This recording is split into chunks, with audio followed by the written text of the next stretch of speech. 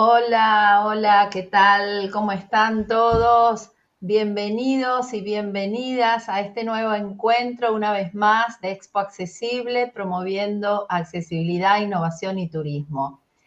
Bueno, voy a pasar sin más preámbulo a presentarles nuestros expertos ponentes del día de hoy que nos acompañan y que van a hablar de todo el tema de accesibilidad digital. Así que quédense hasta el final porque realmente el contenido es de mucho. Bueno, Fátima Baña es experta en accesibilidad digital, es cofundadora y directora general de Global Quality Solutions, que se dedica a la consultoría, auditoría y formación en accesibilidad universal. También nos va a acompañar hoy Alberto Cruz Gómez, que es socio y fundador de Avi Diseño Accesible, ingeniero en informática y especialista en marketing y comunicación inclusiva. También nos acompaña John Ibarra, que es el director ejecutivo de Punto Dis, expertos en accesibilidad en la comunicación, especializado en diagnóstico, formación y diseño de soluciones para facilitar la información según el diseño para todos. Así que le vamos a dar la palabra a Fátima. Adelante, Fátima, ¿cómo estás? Hola Adriana, muchas gracias. Encantada de estar aquí en esta mesa redonda. Y bueno, sin más preámbulos, voy a intentar contestar a unas de las preguntas que igual muchos de vosotros os podéis estar haciendo sobre la accesibilidad digital. Y una de ellas es ¿por qué hacer mi página web, mi software, mi aplicación accesible?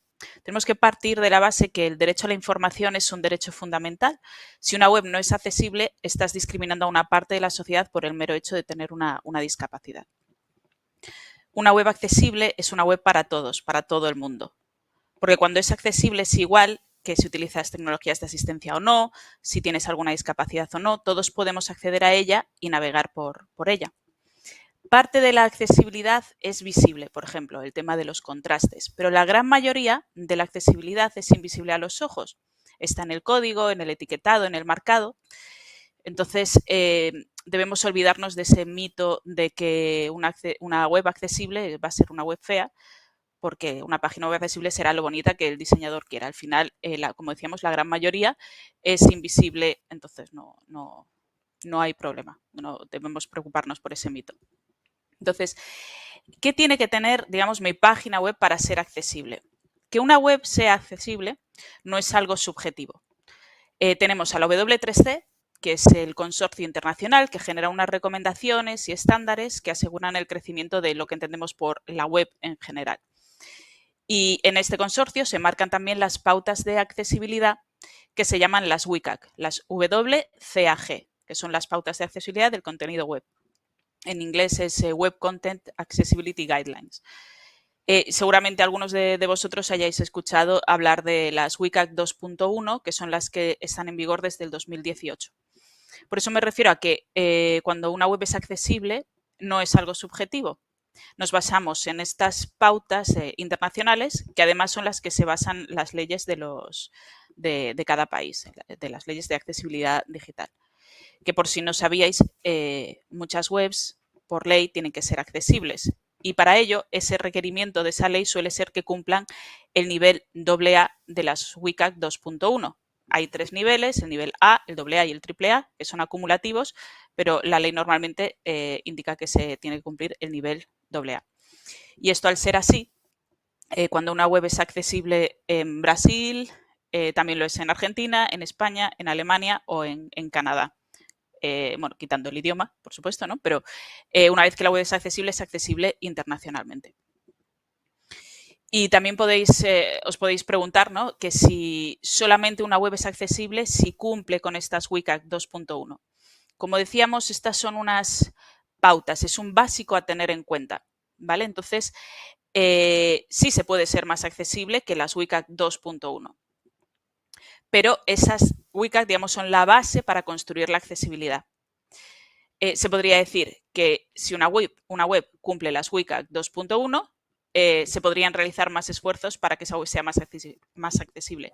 Pero sin duda, si una web no cumple las WCAG, pues no va a ser accesible. Y recordemos también que una web accesible no es solo que una persona ciega pueda leer esa web con la tecnología de asistencia.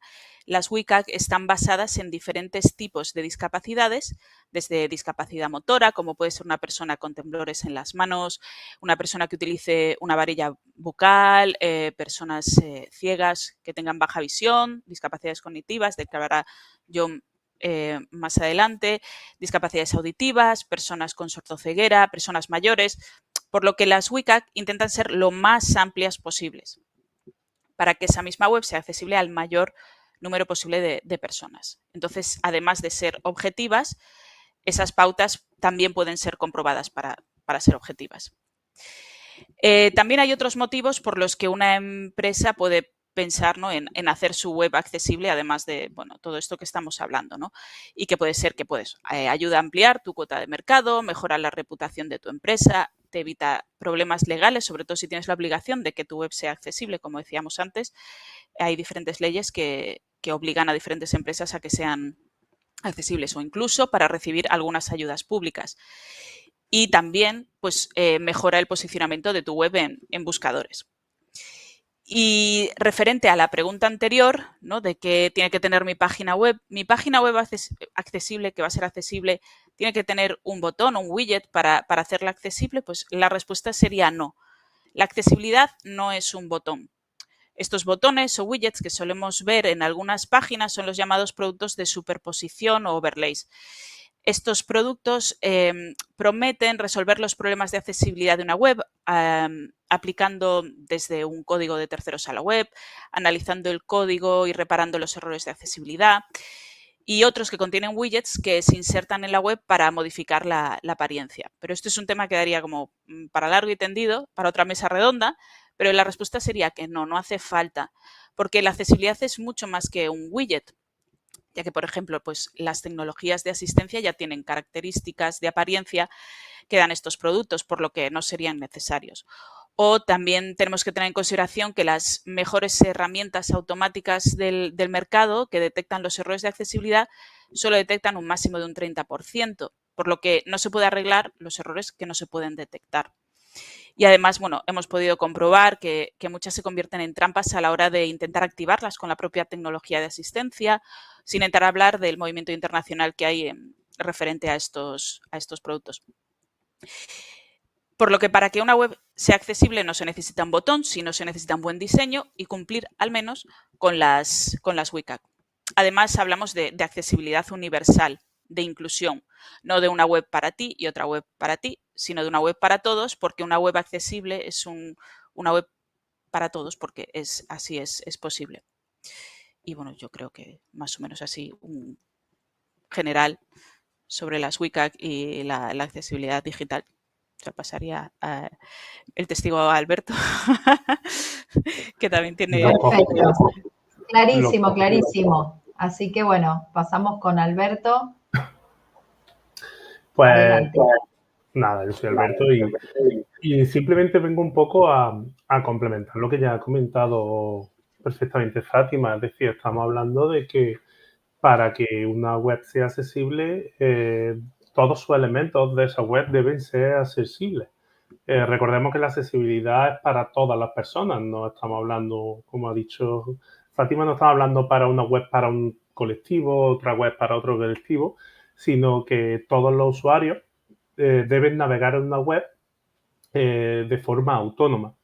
Pero a su vez también deben descargarse el material que necesitan de esa web. Por lo tanto, vamos a hablar un poco de esos materiales descargables que deben cumplir también unas mínimas pautas de accesibilidad. Pues si rompemos esa cadena de accesibilidad en ese punto, además de no cumplir normativas, muchas veces creamos una mala experiencia para el usuario. Esos posibles elementos descargables vamos a intentar dividirlos en 3 grupos. El primer grupo, el más común, es el de la imagen.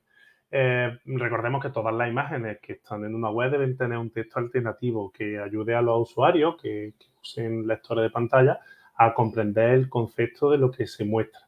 Además, si estas imágenes se tratan de una cartelería que contiene elementos como texto, pues ya sabemos que deben cumplir unos criterios de tipografía, que deben ser claras y sin ornamentos, tienen que tener un tamaño de letra adecuado, que sabemos que para la web podemos estar hablando de unos 20 píxeles como número de referencia, en el caso de que fuese documentación se habla de 12, sin embargo, recordemos que si hablamos de cartelería, pues el tamaño va a depender en función de para el uso de ese cartel.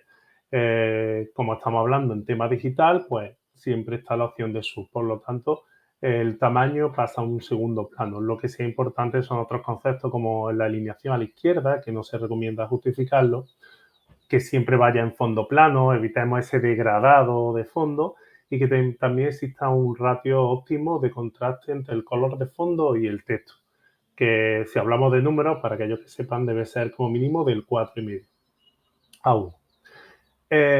Otro elemento descargable a tener en cuenta es la documentación accesible. La documentación accesible se trata de un tipo de documento que, además de cumplir con todas las características visuales que hemos descrito anteriormente, el ratio, el contraste, el tipo, también cuenta con una estructura interna, un llamado etiquetado, que permite la navegación por ese documento. Este etiquetado es similar también al que se utiliza en páginas web, con este H1, H2, H3 para encabezados, el P para párrafos estándares, el L para listas y enumeraciones, etc. Aunque la realidad es que un lector de pantalla va a poder leer documentos siempre que el texto esté creado como tal y no provenga de un escaneo, es decir, que no sea una imagen. Lo cierto es que no debemos pensar que es lo ideal.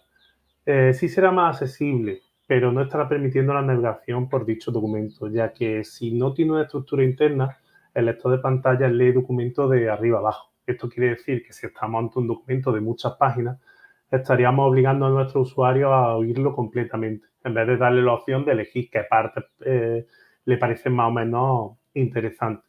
Por lo tanto, habría que cuidar tanto la apariencia física como la estructura interna, que le llamemos etiquetado, de nuestros documentos para que la documentación sea lo más accesible posible. El ejemplo claro está en las muchas webs formativas de docencia, donde no solo es importante que la web sea accesible, sino que esa documentación teórica, esos temas que se descargan los alumnos, también sea accesible para que llegue al máximo número de alumnos posible. Y por último, quiero comentar un elemento muy usado, que son los vídeos, ¿vale? Los vídeos que incrustamos muchas veces en la web de forma directa o mediante un enlace a través de las plataformas como YouTube. En este caso, podemos destacar varios elementos importantes a tener en cuenta para la hora de incrustar vídeos en nuestras páginas web accesibles. Uno de ellos, el subtitulado. Para personas sordas o con discapacidad auditiva, es una medida que permite comprender los diálogos de una pieza audiovisual de forma escrita, transmitiendo también toda información necesaria para la mejor comprensión, como pueden ser el tono, el ambiente, los personajes que intervienen, etc. Para los textos subtitulados es importante tener presentes todas las medidas de accesibilidad citadas en los anteriores apartados. Recordar que si no hay un contraste entre el texto y el fondo, pues será muy difícil de visualizar. También, junto con todos estos criterios visuales, también existen otros criterios, como por ejemplo utilizar distintas líneas para que cada personaje o que el número de caracteres por línea no supere los 37. Todo esto, como bien ha dicho Fátima, no es una cuestión subjetiva, sino que esto está reflejado en normativa. En este caso, la normativa que puedo hacer referencia a título nacional, hablando de normativa española, es la UNE 153010-2012, para el subtitulado para personas sordas y personas con discapacidad auditiva. Además, el subtitulado va a favorecer al resto de la población sin problemas de audición, principalmente en aquellas situaciones en las que no se dispone de una buena calidad de sonido, como pueden ser en espacios abiertos o con mucho ruido, grabaciones de audio poco nítidas.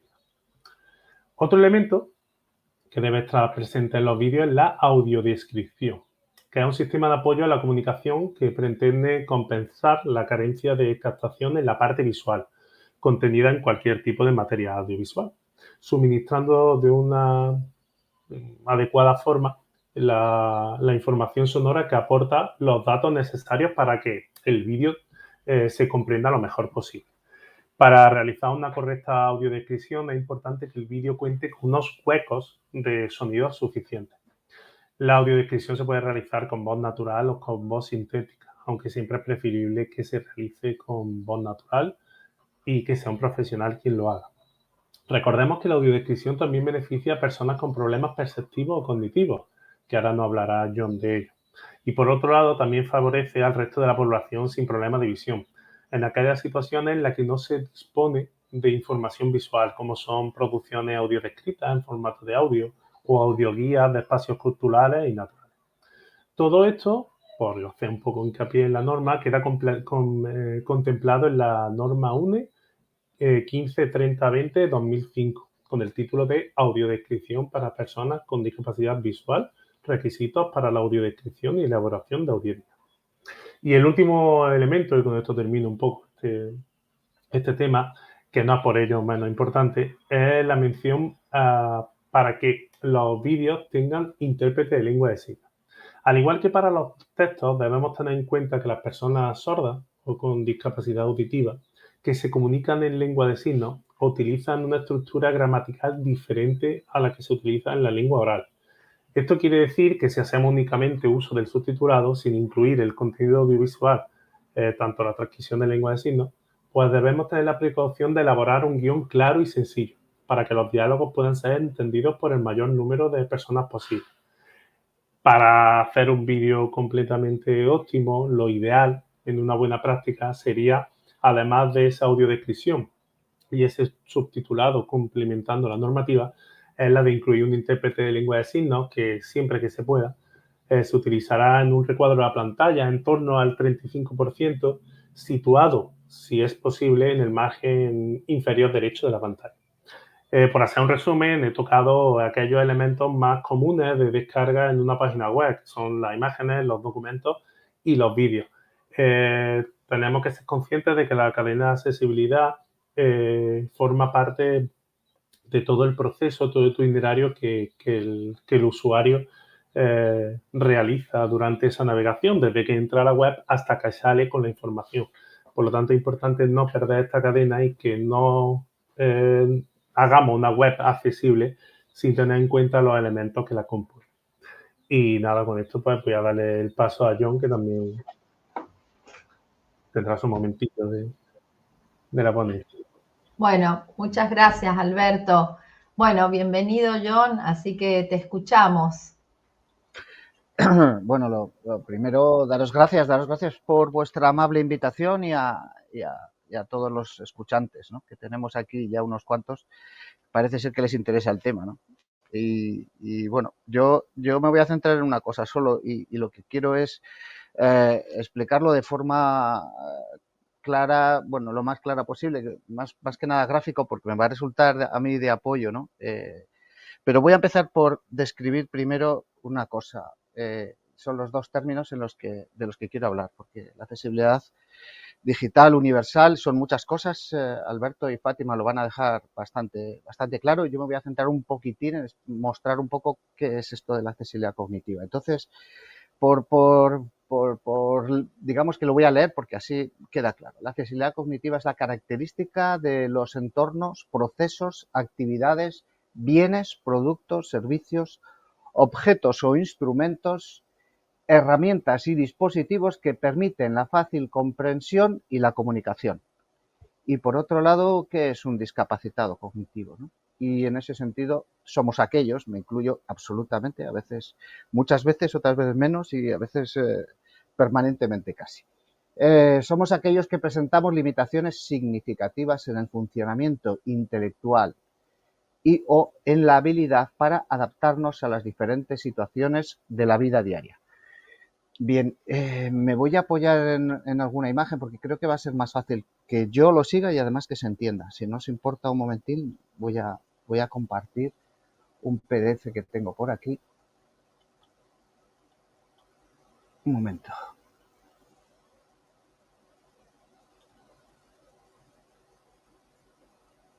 ¿Se ve bien? ¿Tengo que ampliarlo?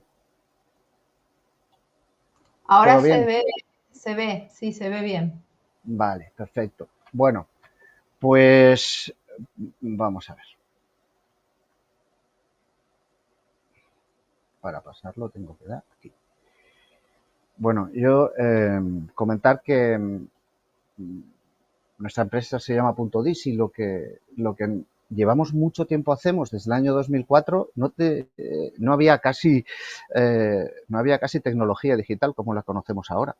Desde el año 2004 tratamos de que los entornos pues sean reconocidos, podamos navegar por entornos desconocidos, que podamos hacer uso de lo que... Y esto es lo que, en base a la accesibilidad universal, hemos ido trabajando. Lo que ocurre es que pues la incorporación de la tecnología nos ha ido ayudando, ¿no? Y nos ha ido ayudando a divulgar y que las cosas se comprendan un poco mejor. Pero esto empezó hace mucho tiempo, empezamos con el tema de SMS. Imaginaros que no tiene nada que ver con lo que vamos a hablar ahora. Y aunque algo sí, sobre todo el tema cognitivo. Entonces, ¿qué sucede? Que la relación entre la accesibilidad cognitiva en el uso público de la edificación está directamente relacionado con la digital. El Comité Español de Representantes de Personas con Discapacidad, CERMI, hace poco publicó un esquema de cualidades aplicables en el sentido de la edificación, pero trasladables a cualquier diseño que quiera tener una buena accesibilidad cognitiva. Por lo tanto, la relación era evidente y trabajar sobre este concepto nos ha ayudado en términos de accesibilidad digital. Yo voy a ser práctico, voy a ver si entro en algunos ejemplos que es que además este se dio en la mesa. Alberto lo veo que se ríe porque es que es así y me pasó a mí el otro día y digo, joder, ¿cómo no lo voy a comentar? Es que yo estoy lejos de entender este término y yo sé que mis hijos pues enseguida lo pillan y todos vosotros, la mayoría seguro que sí, pero es que yo encontré que no tenía ni idea de qué estamos hablando. Y es más, hace poco, la semana pasada, me reuní con un grupo en un hospital, directora general, grupo de médicos, tal, para hablar de un proyecto. Les hablé de esto y nadie de esa mesa, entonces me sentí más tranquilo, entendía que era esto, ¿no?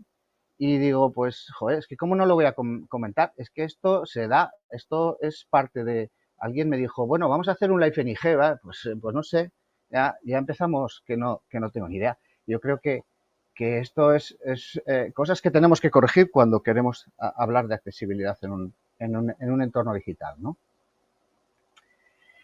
Otro ejemplo.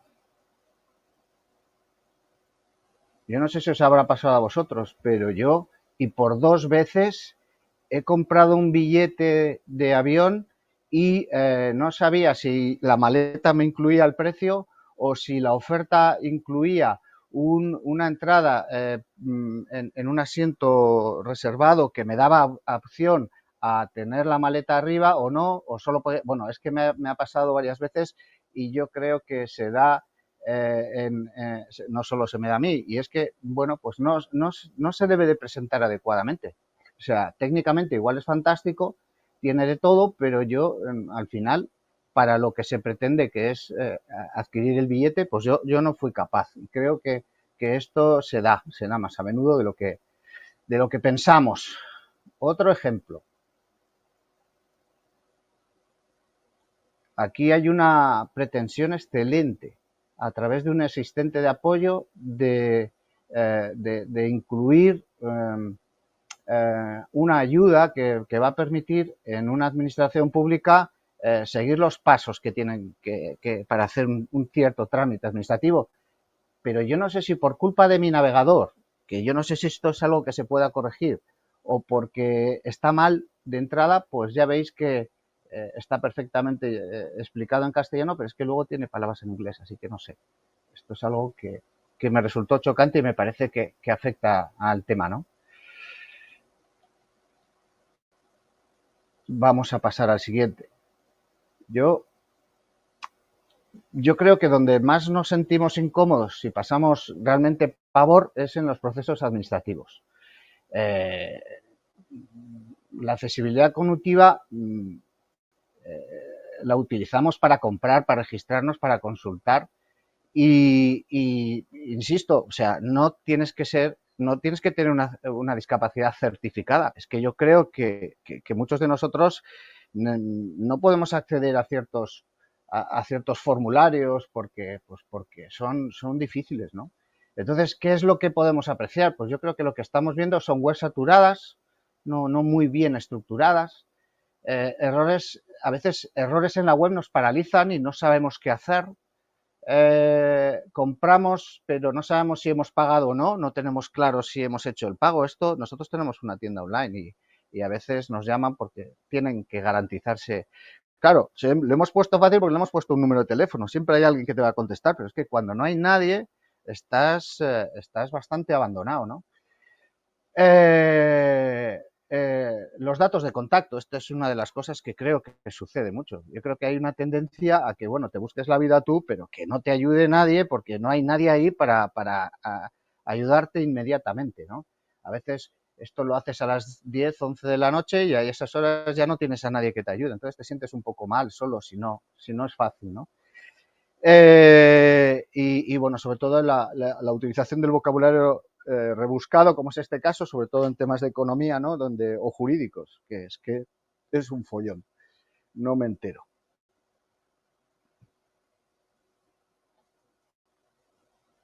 Pero ¿por qué es importante hacer accesibilidad cognitiva en el sector digital? Pues, y esto también se habló el otro día, ¿no? Y es que a veces escuchamos cosas como, si yo no tengo clientes con discapacidad, si no lo necesito, ¿no? ¿Para qué? ¿No? Si yo y mi público me entiende muy bien. Pues yo aconsejaría porque si queremos vender y queremos transmitir de manera eficaz hay que tenerlo en cuenta. O sea, es que es algo que hay que pensar en ello desde el principio, que pensemos que no lo necesitamos, que no es necesario, ¿no? Entonces, al final nosotros lo que estamos es en el acceso ilimitado a las tecnologías digitales. Y lo que se está produciendo es una brecha, una distancia, un miedo. O sea, las personas que ya tenemos cierta edad, pues cada vez estamos un poco peor y hay personas que están peor que yo, ¿no? Y que nos cuesta y que cada vez estamos más lejos. Entonces los diseñadores y los fabricantes de sistemas y los que están deberían ser ellos los que lideren todo esto y para contribuir de forma que las plataformas sean más accesibles. Es por eso que entiendo que accesibilidad cognitiva implica una mayor participación, ¿no? Y por lo tanto los profesionales tenemos que ayudar a que esto se consiga. Bien, perdonad, esta ya es la última y por último deciros que hay que hacer partícipes a las personas con discapacidad en el desarrollo de productos y servicios y que ¿cómo se mide la accesibilidad cognitiva? Pues la única forma que hay de medir la accesibilidad cognitiva es para saber si algo es comprensible, es comprobarlo con personas con dificultades de comprensión. Es decir, preguntar su opinión. Esta es la única manera que tenemos de saber si esto se ha hecho bien, si el trabajo que hemos hecho es bueno, ¿no? Y para eso existen grupos de trabajo expertos con coordinadores y con validadores y estos equipos de evaluación deberían de tener dos perfiles. Uno, personas que usan la tecnología de forma habitual y personas que la usan poco. Y de esta manera pienso que conseguiremos un producto más eficaz, que llegue, ¿no? Y nada, esto es todo. Gracias.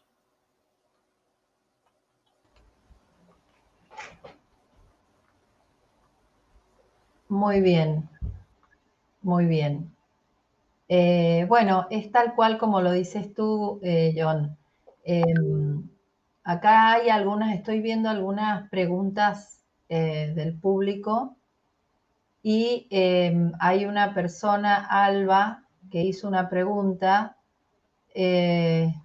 Bueno, no sé la parte si va a pasar al escenario o Alba, ¿no? Ahí te van a dejar entrar, Alba, para que puedas hacer directamente la pregunta. Ahí está entrando Alba. Hola, ¿me escucháis?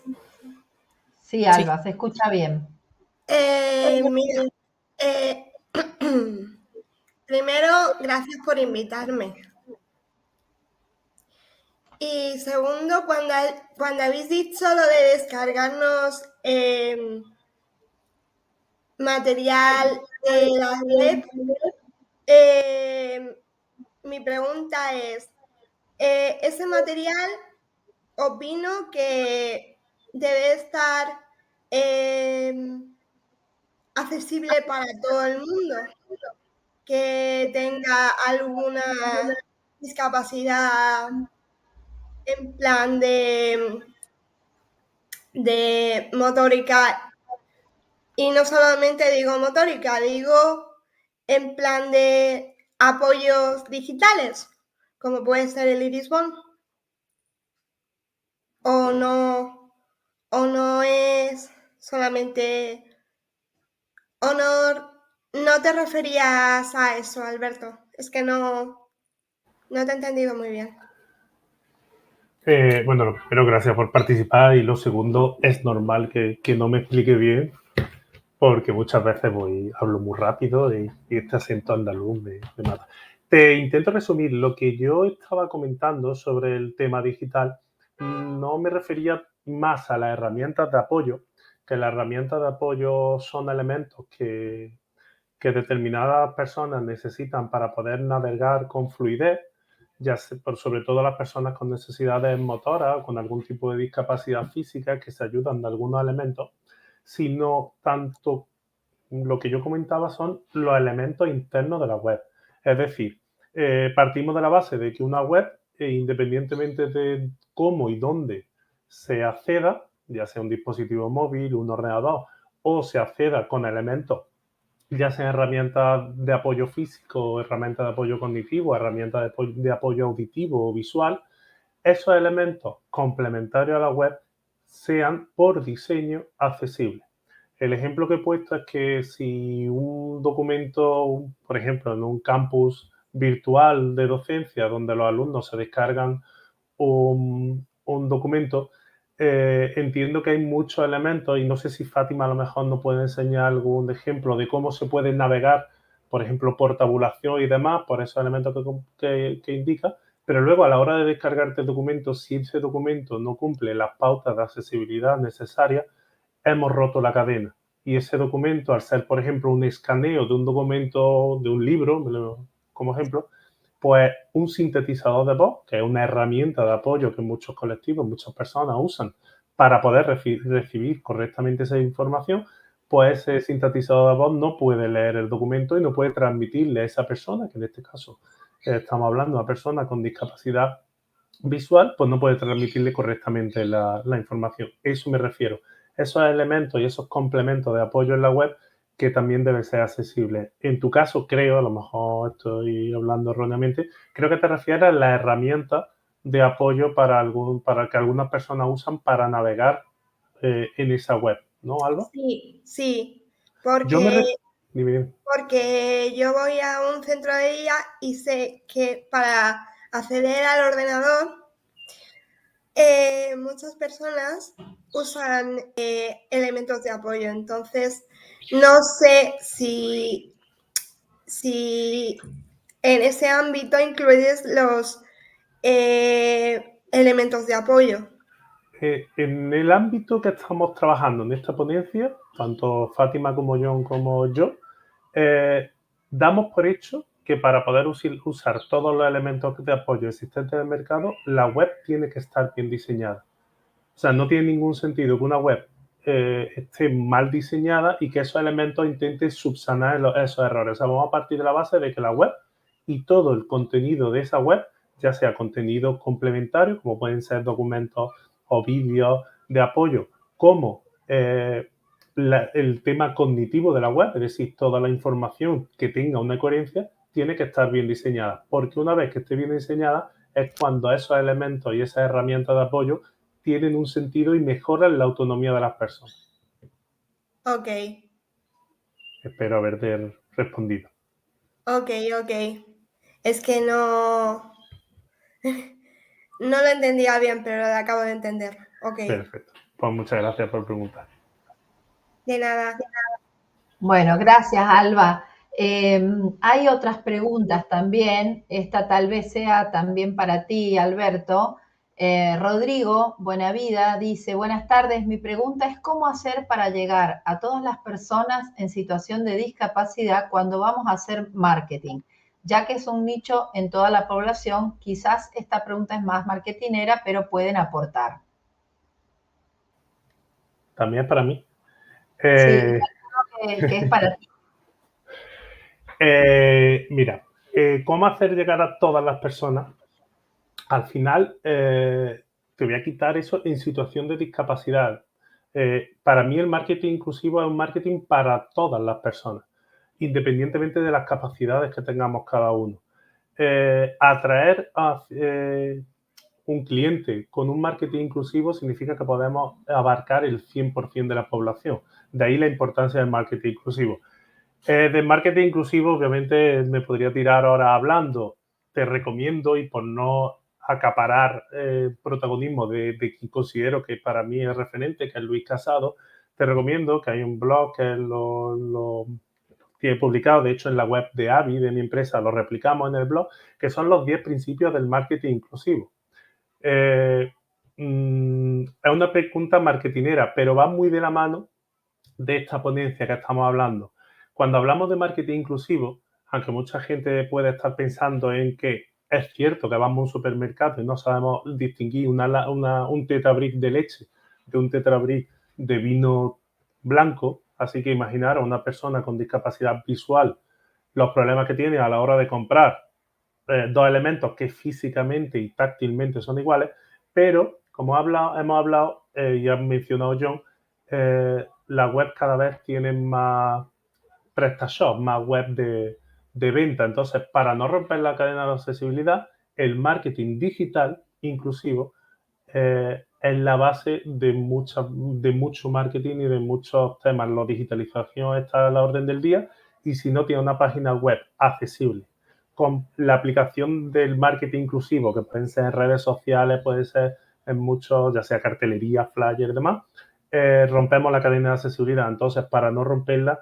empecemos con el marketing y empecemos con el marketing inclusivo digital, que al día de hoy uno de los nichos de mercado más de actualidad. Llamémosle redes sociales, TikTok, Instagram, o llamémosle ese llamado spam a través de email, newsletter y demás. Bueno, Rodrigo te hace otra pregunta. Lo que hacemos en mi empresa es fabricación digital de productos de apoyo. Entonces no sabemos para dónde encarar el marketing. Y luego, después de dónde encararlo, es cómo hacerlo accesible. A ver si puedes aportar algo más. Te doy unas pequeñas claves, unas pautas. Y es que me da cosa porque somos tres. No me preguntáis a mí solo. Me da apuro.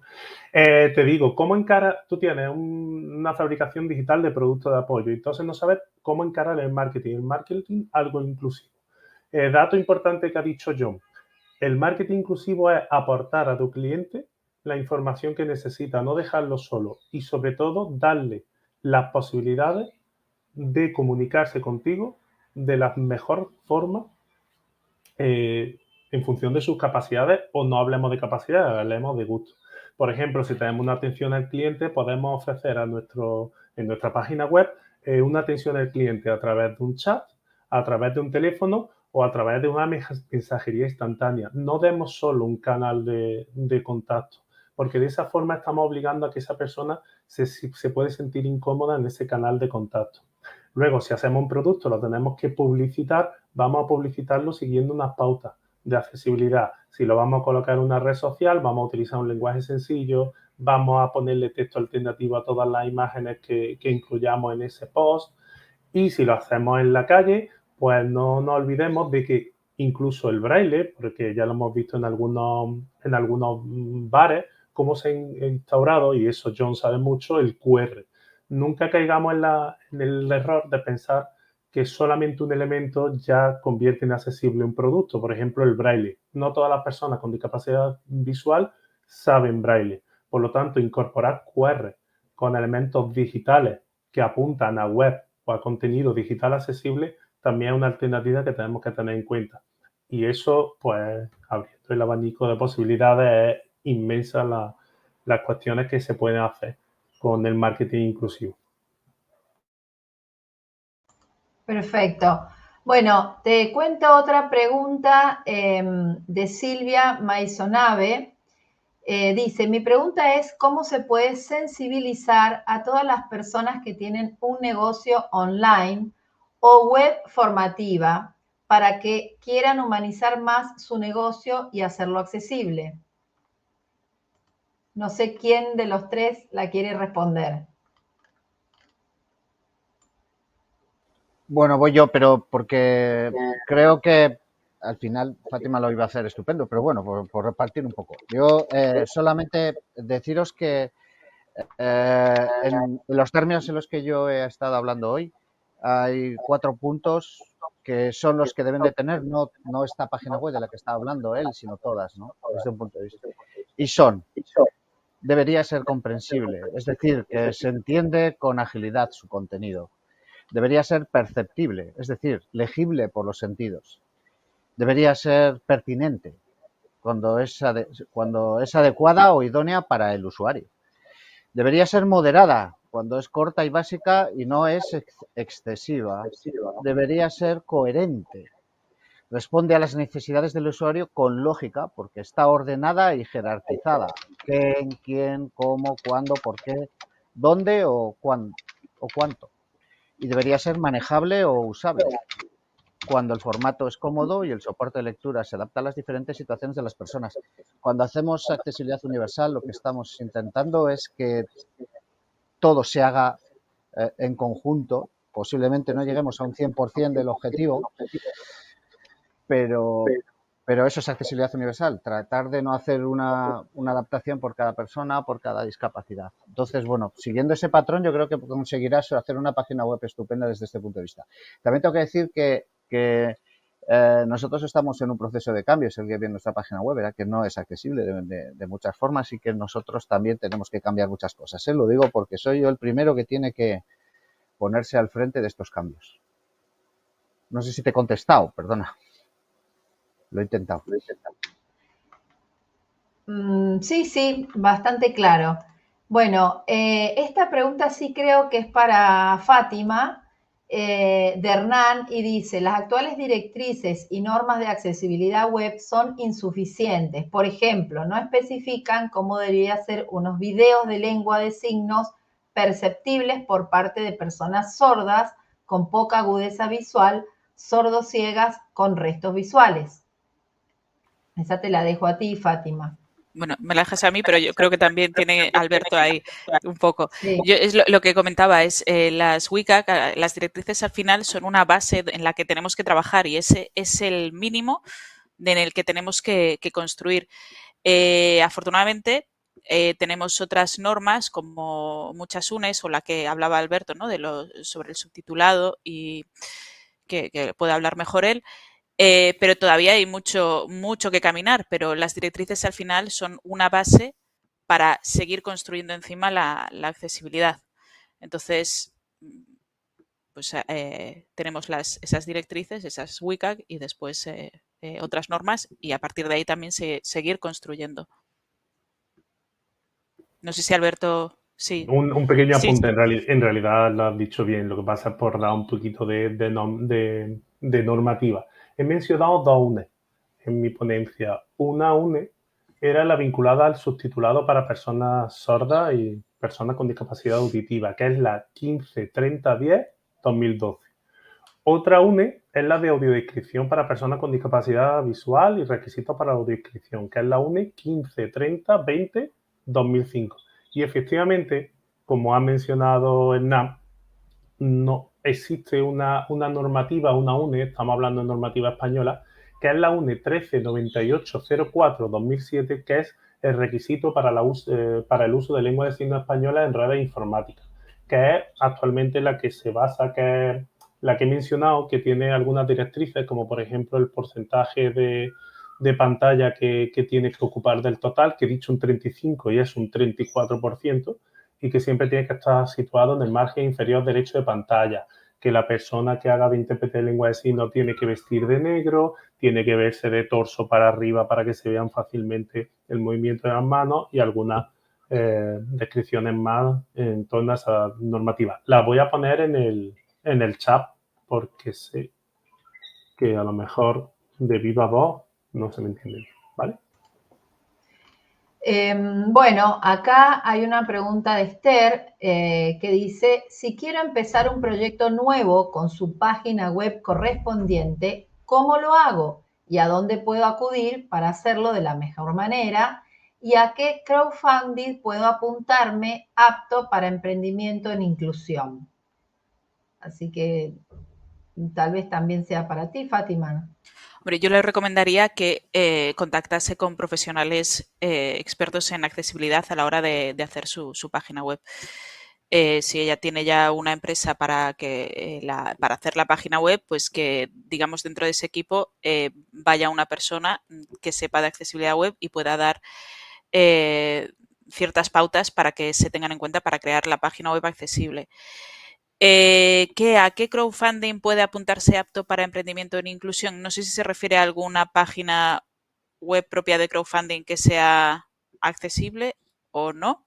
O sea, no, esa pregunta no la entiendo bien.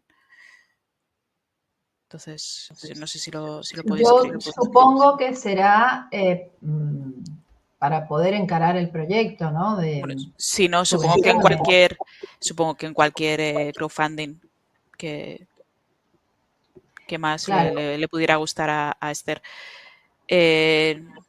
Hay diferentes tipos y diferentes páginas web que llevan a cabo crowdfundings.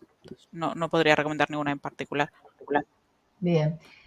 Bueno, acá Edwin Gallego hace un comentario, dice, fue investigador y asesor en tema de accesibilidad y diseño inclusivo para personas con limitaciones visuales en una entidad financiera en mi país. ¿Cómo mostrarle a esas entidades rentabilidad en la inversión en este aspecto si la mayoría de las personas de este perfil son escasos recursos y no la ven como un grupo que genera rentabilidad? Sí. No sé si en el caso de que fuera español, las entidades financieras están obligadas por ley a ser accesibles. Entonces ahí ya no cabría más duda. Si es de otro país. De Colombia. Es de Colombia. No sé si la normativa de Colombia es como la española y obliga a las entidades financieras y a los bancos. Pero al final, o sea, el banco tiene que poder llegar a todo el mundo. Al final es un sector estratégico en el que toda la población tiene que pasar por los procesos de un banco o de una entidad financiera, por lo que tendría que ser sí o sí accesible. Le estás negando a una persona que pueda acceder o que pueda tramitar cualquier cosa que tenga que hacer con el banco o la entidad. Bien. Bueno, acá pregunta Silvia nuevamente que hay formación en accesibilidad digital, aparte de los pocos máster que puede haber en alguna universidad. ¿Alguna formación más asequible sería la pregunta económicamente? Pregunta ella. Sí, hay muchas empresas que dan accesibilidad, formación en accesibilidad, como la mía o como pueden ser otras muchas del mercado. Creo que Alberto también da formación y no sé si John también. O sea que, bueno, pueden poner acá a lo mejor sus páginas web como para que ella les consulte, ¿no? Y voy a aprovechar también para hacerle una pregunta a Fátima. Cuando hablaste de diseños de web accesible, yo quiero hacerte una pregunta que a veces suelo escuchar por ahí, y es que hay una suerte de mito, lo dijiste en tu exposición, pero me parece que vale la pena volverlo a decir. Hay una suerte de mito de que cuando uno establece este diseño accesible, que es el que está detrás de escena, se va a ver afectado o se va a ver feo el diseño que se ve para las personas, el diseño de la imagen, vamos a decir, de la página web. Entonces quería que aclares un poquito eso, cómo no tiene que estar de Sí, esa porque manera. sí, no sé por qué en la cabeza de muchas personas, cuando le hablas de una página web accesible, se imaginan, no sé, una página web de los finales de los 90, todo blanco, con unas letras en negro muy grandes, muy fea, muy fea, muy fea. Y eso no es la accesibilidad, no es que tenga, o sea, cuando hablamos de contraste, también hablamos de contrastes que no solo afectan a personas que tengan discapacidad visual, sino que nos afectan, que afectan a todo el mundo. Comentaba Alberto, ¿no? Por ejemplo, el tema de los contrastes. Pues si al final un fondo blanco vas a poner unas letras color celeste, azul claro, pues es que no se va a ver. Entonces, cuando hablamos de que en una página web, o sea, los temas de contraste, no hablamos que tenga que ser todo blanco y negro, hablamos de cierta lógica en los contrastes. Y después, el diseño puede ser lo más bonito, puede ser precioso, simplemente tener en cuenta ciertas pautas para que sea una accesibilidad universal, que tenga en consideración la accesibilidad cognitiva, que no sea solamente que estés diciendo una acción solamente con colores, porque una persona desde su tecnología de asistencia igual tiene que ver la página en blanco y negro. Entonces no va a haber, si pones un semáforo blanco, rojo y verde, pues como los semáforos tendrá que tener el rojo al muñequito parado y en verde al muñequito que se mueve. Entonces, las cosas que hablamos de diseño son cosas también bastante, digamos, lógicas. Y por otra parte, el resto de la accesibilidad, la gran mayoría está detrás, está en el etiquetado, como pasa en los documentos que comentaba Alberto. Entonces, es una página web accesible, al final es un puzzle para que el puzzle de la página web y una tecnología de asistencia encaje perfectamente. Entonces, simplemente es diseñarla de manera accesible, pero que no va a ser, es que me estoy entrando un poco en bucle, ¿no? Pero que no va a ser fea. Simplemente hay que tener esas pautas y esas, estas cosas en cuenta y entonces Sí, se podrá sí. tener una web accesible. Tan bonita como quieras.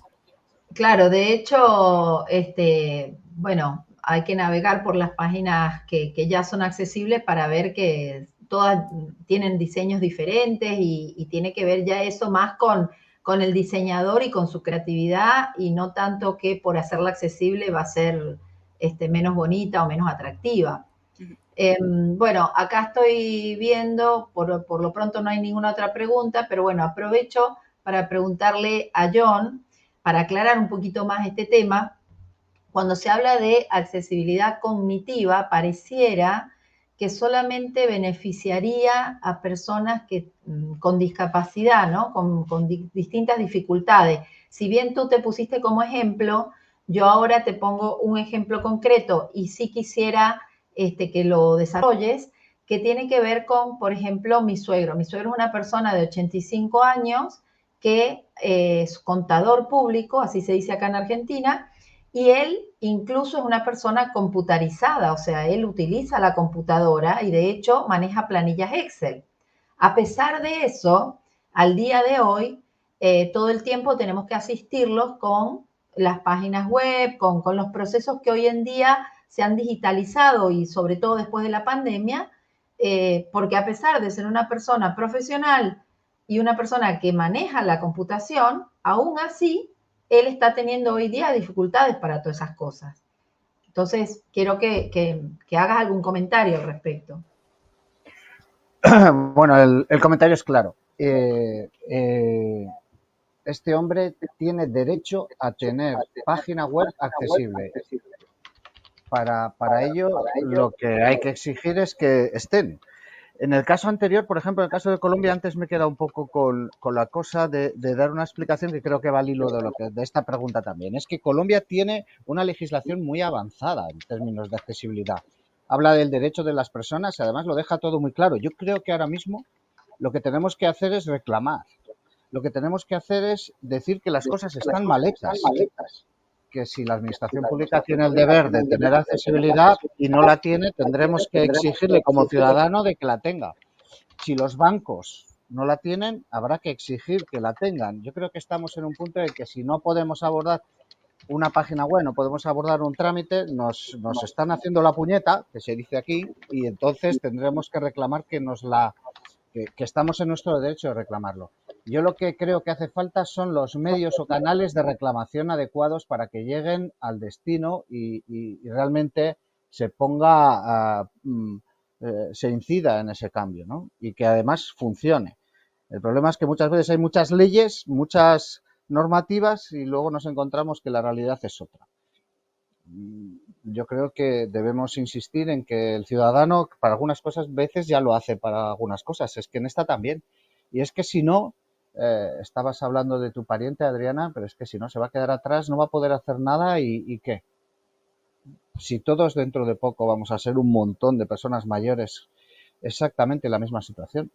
Más vale que se vaya adaptando todo, gracias a profesionales que se dedican a esto se va a conseguir, pero que vamos, que lo reclamemos. Yo creo que esto es lo que nos falta y que llegue a través de los canales adecuados y que se tomen medidas y que se sancione si no las hay. Tal cual. Sí, sí, es así. Yo creo que todo es cuestión de procesos y el hecho de visibilizar que la accesibilidad es necesaria e imprescindible al día de hoy para todas las personas, es lo que hará, digamos, que de alguna manera todos vayan entrando en la misma sintonía. Con estos encuentros lo que se pretende en el día de hoy ha sido de accesibilidad digital, pero por supuesto lo que se pretende es traer el tema de la accesibilidad en forma transversal y que se entienda que es una condición que tiene que tener todo lo que se encare en la vida de las personas, desde los negocios, desde el ocio, cualquier tipo de actividad, ¿no es cierto? Así que, bueno, si quieren hacer algún pequeño comentario final, cualquiera que quiera decir algo final, ya nos estamos quedando sin tiempo, o si hay alguna persona del público que quiera hacer alguna última pregunta, bueno, acá hay una. Florencia dice, buenos días. ¿Alguna sugerencia a tener en cuenta al momento de la maquetación de una web en cuanto a la cantidad de solapas o secciones a diseñar? Fátima. En mi tierra hay un dicho que dice, cuanto menos bulto, más claridad. Entonces, cuanto menos cosas, o sea, no es que haya un límite, pero cuanto más clara esté la página web, mejor. Claro, siempre, acá también se dice, menos es más, se suele decir.